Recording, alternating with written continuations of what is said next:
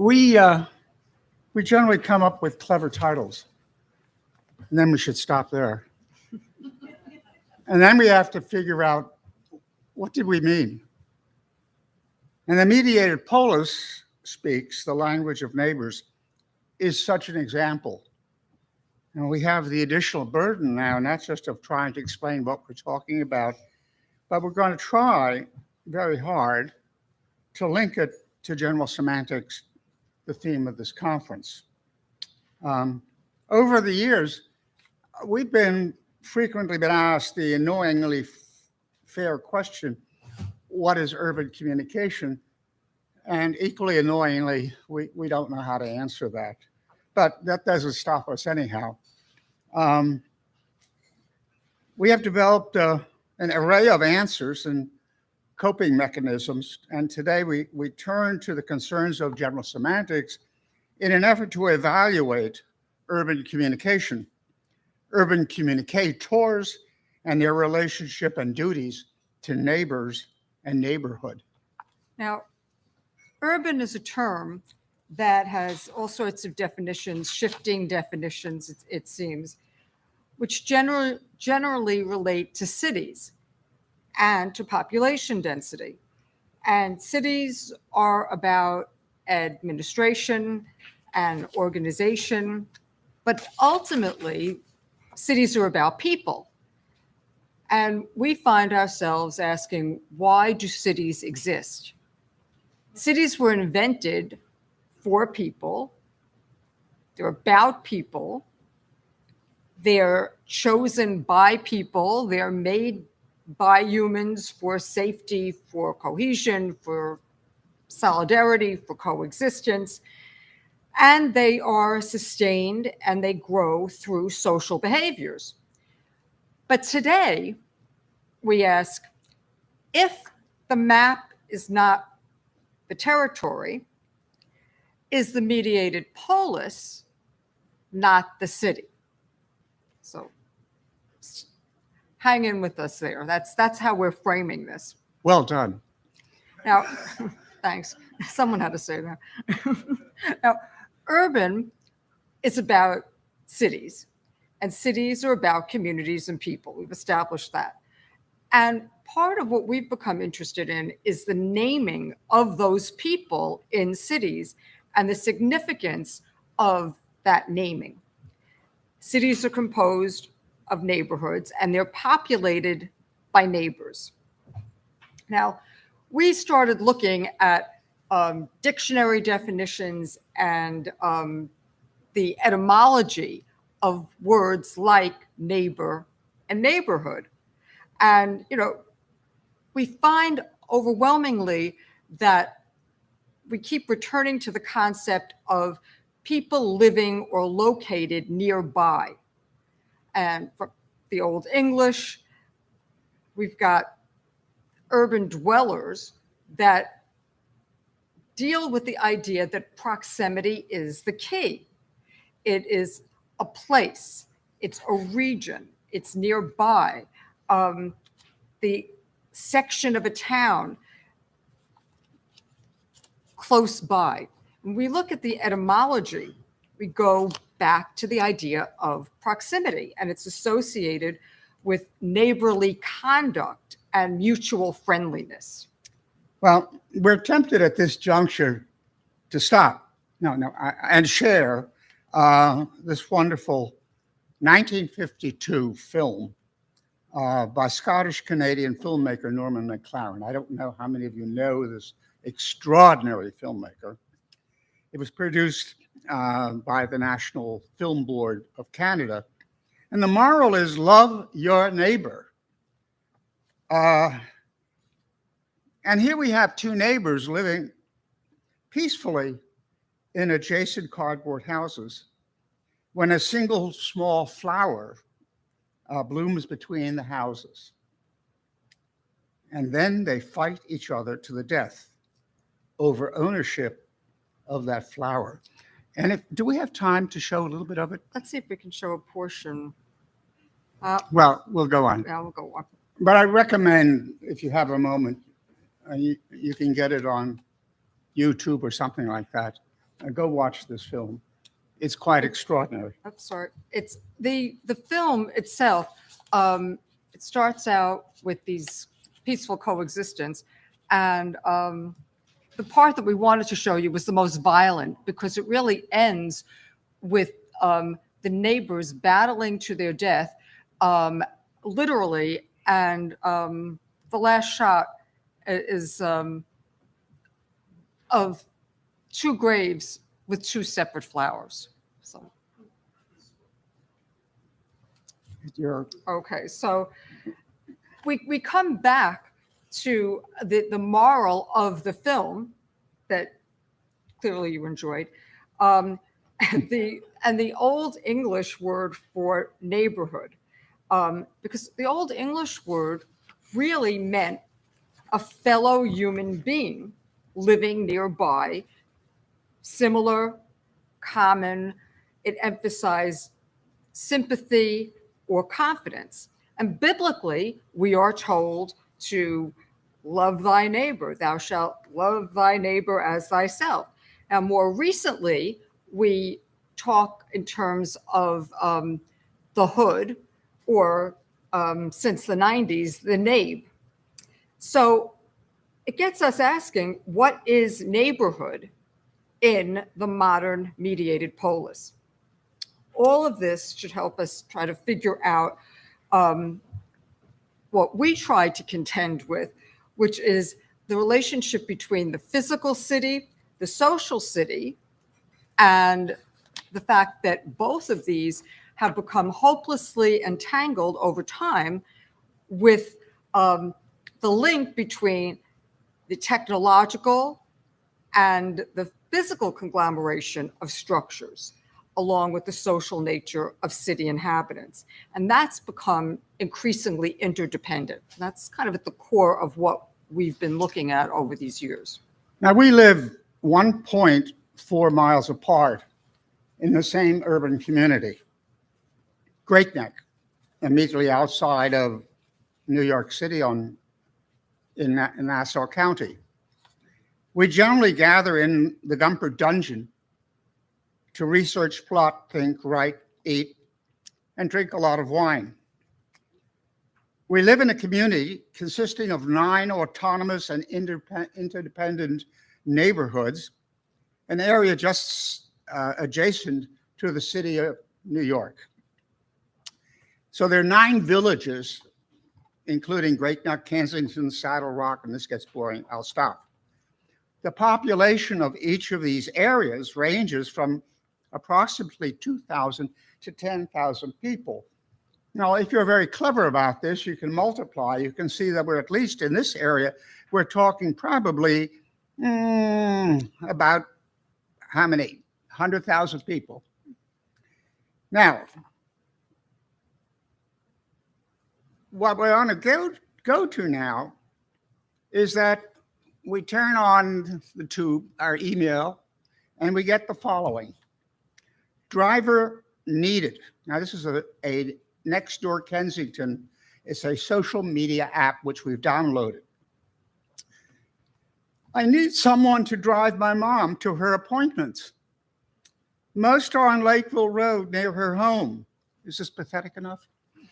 5.5 or 10 miles away at most, and are scheduled a week or more in advance. She's 92, almost as old as me, and taxi or Uber services are difficult for her. And then we get references to the desire to get activism in the community energized. And so in this situation, last chance to speak out against 733 and 741 Middle Neck Road high rise. And essentially the backstory is that there's actually a building that they're trying to get landmarked while others in the community are trying to get leveled and have a high-rise apartment house go up. And so they're seeking people to come to a meeting. If they missed the first meeting because it was scheduled at an inconvenient time, get them active. And there's details on how to submit remarks on the project that are provided. And then, of course, you have some very simple people who are just introducing themselves to their neighbors. I wonder who Terry is. And given the size of the neighborhood, we will probably never know.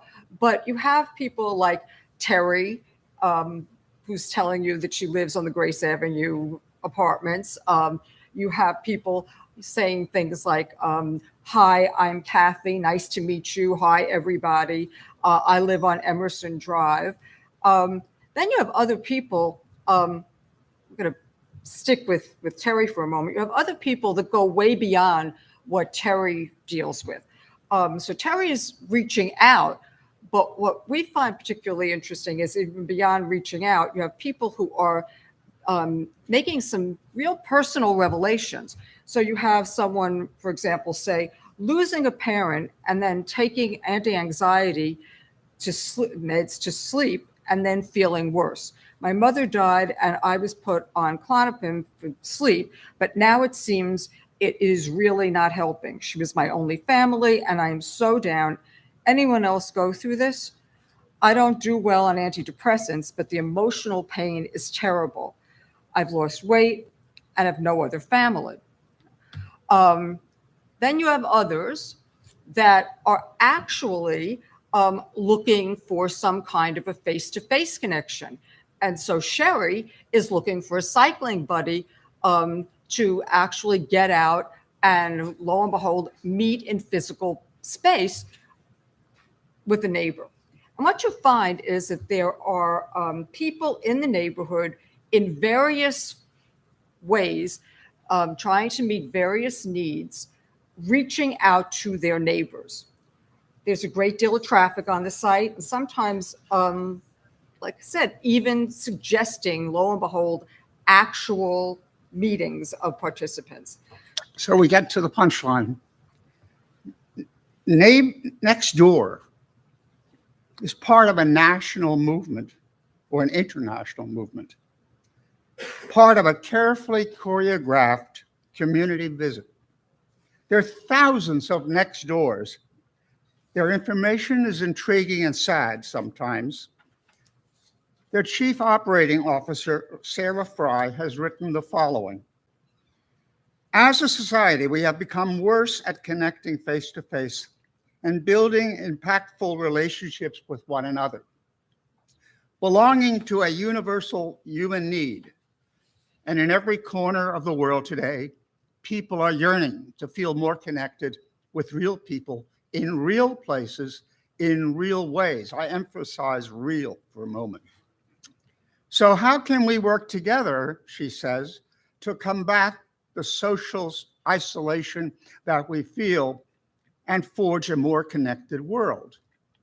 She goes on, NextDoor's stated purpose is to cultivate a kinder world where everyone has a neighborhood that they can rely on. And our mission is to be the neighborhood hub for trusted connections and the exchange of helpful information, goods, and services. Now, there's an additional option to sign up to volunteer to aid neighbors who need assistance living nearby. NextDoor consists of 226,000 disconnected neighborhoods throughout the United States, 241,000 throughout the world, that thrive through, and I say this slowly, sponsored content and partnership. Neighbors in the United States, United Kingdom, the Netherlands, France, Germany, Italy, Spain, Australia, Denmark, Sweden, and Canada are using NextDoor to meet, gather, and exchange and share according to the NextDoor website. Their income, that is of the organization, depends on local deals, sponsored posts, and neighborhood sponsorship. According to Wikipedia, the venture is estimated to be worth over $2 billion. I think that's an old figure. It is referred to as a hyper-local social networking service for companies based in San Francisco and founded in 2011. One more quote: users of NextDoor are required to submit their real names and addresses to the website. Posts made to the website are available only to other NextDoor neighbors living in the same neighborhood. Now, obviously, what's stressed is that orchestrated, mediated relationships. And sometimes we get the feeling that those relationships are orchestrated by some kind of a giant master puppeteer that is financially rooted. Increasingly, we're seeing notifications that provide reminders, frequent reminders, that NextDoor allows small businesses to run ads to neighborhoods that they want to reach. And we're told, sign up for a local delivery, for a local sponsorship today. And the purpose of NextDoor is expressed in terms of bringing constituents together, bringing neighbors and neighborhoods together, as long as the concept of neighborhood is financially viable. So while the concept of a virtual neighbor has its benefits, so too does it have its limitations and its drawbacks. And the financial motivation, the core feature, the colors, the experience, also is part of the way that that NextDoor defines neighborhood. And we've been particularly upset and concerned with the definition of neighborhood. So, we go back to the etymology about proximity, and yet what we find is that the conception of NextDoor's version of our neighborhood is quite different than our personal perceptual conceptualization of our neighbors and our neighborhood. And what we've been very interested in has been the growing interest from diverse fields looking at our very personal conceptualization of neighbor and neighborhood. And the idea of mental maps comes to the foreground. It really emphasizes how, and whether it's the field of behavioral geography or environmental psychology, it really emphasizes the importance of differing perceptions associated with this concept of mental maps, subjective experiences and images that individuals carry with them of the external environment. Think about what you consider to be your neighborhood or who you consider to be your neighbors. That's a very personal thing. And often it's rooted in our interactions, our social behavior, who we connect with. We're reminded of the work of Kevin Lynch that might be familiar to some of you, dating back to 1960, and the image of the city. So this idea of mental maps seems to be at odds with what we see as the definition of neighborhood by NextDoor. Research in psychology suggests, for example, that mental maps vary greatly based on nationality, region, gender, ethnicity, education, socioeconomic status. The bottom line is also for those of us who are interested in media studies, studies scholars have been examining how exposure to mass media images of places, particularly foreign places, can influence perception and mental maps. And whether it's photographs or news reports or social media, they all contribute to vivid images that we create our mental maps of places that we may or may not have ever actually been. Now, neighborhoods have been studied, and the concept of mental maps have been studied. And while neighborhoods may be officially delineated, our mental maps are rooted in our experiences. And we're particularly concerned with what the concept of neighborhood and neighbor means in terms of duty to others. If there's any duty that you owe to your neighbor, if you owe to your neighborhood. And the fact that the boundaries of what we consider to be our neighborhood may actually not emerge or don't actually emerge overnight, but they're rather the result of time, of a history, of an effort, of interaction. And that's really very much at the heart of what our work is about, is that concept of duty, ethical obligation to neighbor and neighborhood. If we had a lot of time, we'd ask each one of you, do you know your next door neighbor? And I would guess that most of you do not. But if you disagree with me, don't say anything. Now, that's the part of the area that we're talking about. Today's NextDoor spoke of a body being found in a park, in a place called Floral Park, which is in Queens. So we're talking about a population now which has to be at least 6 million. NextDoor, however, does the work for you. You don't need to know your next door neighbor. It does it by defining the boundaries of your neighborhood, or more accurately, these are established by the first use or founding member who can also choose the neighborhood name.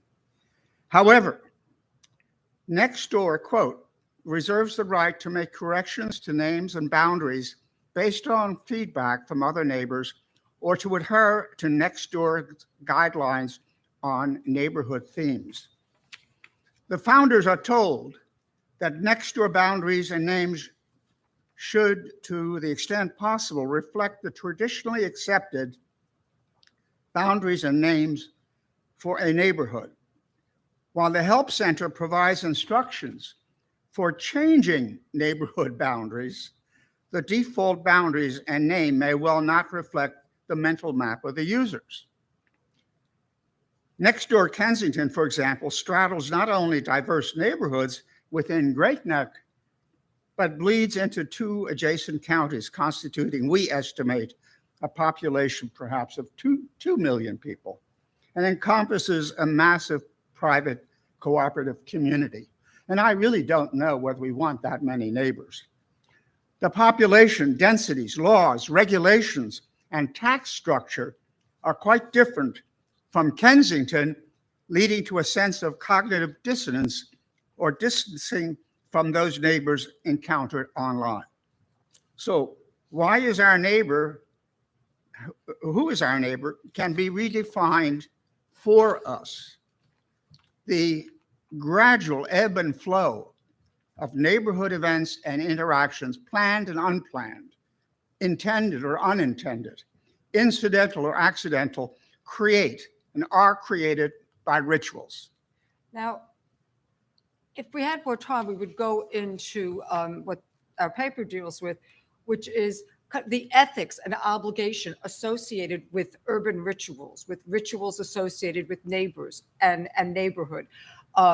We've looked at the work of Levinas, for example, who assumes that through any interaction, there is immediately and constant obligation and responsibility to the other.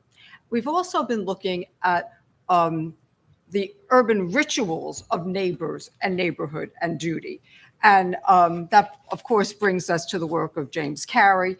And interestingly enough, what we keep finding is how important to Carey's work about public life and about community, notions of participation, association, fellowship, that's all rooted in everything that he deals with in terms of ritual.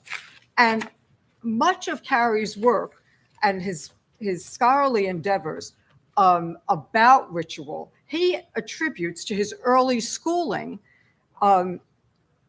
which involved being able to talk to neighbors. And some of you know Carey's history, being sickly as a child and being close to home and how important a community bound by talk was. I for love him. that. I love that, man. Now, that to finish up, that brings us back to the fact that right now we spend more and more time in disembodied spaces. We can rely on apps like NextDoor.com and rely more and more on what we've been calling the technologies of convenience. So now all of this brings us full circle back to what that means to our conceptualization of the urban. How important are places? When you have a place like this steeped in history and beauty, how important is that to us anymore when we're accustomed to these disembodied relationships and maybe getting to the point where we prefer them? So what in the rest of our work that we've been doing is we've been looking at essentially the etymology of words that we encounter and often exchange for one another. We've been looking at the concept of urban and how important people are, city dwellers are to the old concept, the traditional concept of urban. We've looked at the word city in relation to its citizens and to civitas, and how important the physical is with regard to the concept of community member.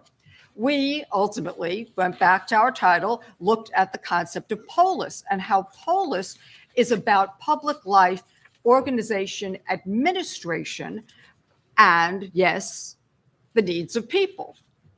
We've looked at the role of people, not only their needs, but ultimately their obligations to their cities and their communities. So to finish up,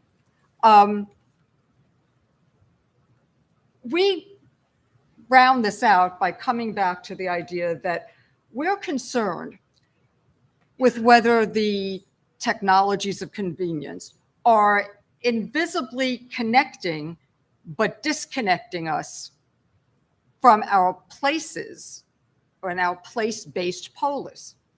Local businesses are supported through orders for contactless deliveries and curbside pickups, and technological magic provide deliveries and products.